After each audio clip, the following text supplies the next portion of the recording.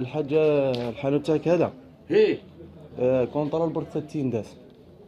كيفاه التيندات هذه؟ التيندات هذا امر من الوالي قال لك نحيوهم. هاو نساعد انا ونقفضها ما توليش ملمومه. كيفاش تقفضها؟ هو يقول لك نحيو انت تقول لي نقفض. هاو نلمها خلاص تولي مع الحيط. يا الحاج انايا دزوني قالوا لي ادي الورق هادو يسنيو عليهم صحاب الحوانت، سني لي على الورقه ما تقول لي نقفض ما تقول لي ما نقفضش. تنشاور بني ونقول وشو كيفاش الحاج سني لي على الورقه هذه برك كيفاه سنيت وانا واش هو اللي باللي راني جيت عندك، سني لي باللي انني جيت عندك للحانوت. تاتم هاد ستيلو ها وهنا ستيل سني لي في الورقه باللي انني جيت عندك، باه لو كان ما تنحيوهاش تسمى يتاخذوا معاكم الاجراءات القانونيه اللازمه. وش هو الاجراءات هذه؟ ما على باليش الولي اللي دارها انا اللي درتها.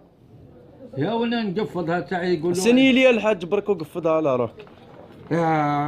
فرنسا خير من الجزائر، في فرنسا ما اخدم ما كانش شت تمن بالله شت سني لي الحاج.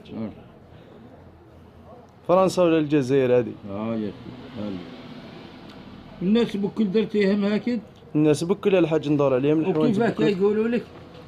كل واحد كيفاه يقول لك، واحد يقول لك انا ما نحيش وهذا انا نحي وهي فيها حتى الحبس. هوب ايه وبروسي ويقفلوا لك شهر. هي ايه واش هو انا تحب نكتب لهم انا نقفضها وخلاص ونقفضها. ها كتب لهم باللي تقفض هاي. هذيك صح. ها كتب لهم باللي تقفضها. نقفضها ما نطلقهاش. ايه يا ربي يا ربي يا 73 نحط التيندا والله نحط اكتبها من اللورا هذه.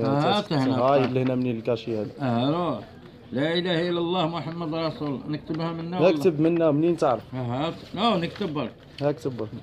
صرنا ونحطها التيندا والله نحط نطبقها وخلاص. حط التيندا تطبق. فوالا هذه التيندا يا اخي حالي يا اخي تين احنا ولا بيع لا شرا. هاي 11 ونص ما شفت انا تيندا نطبقها.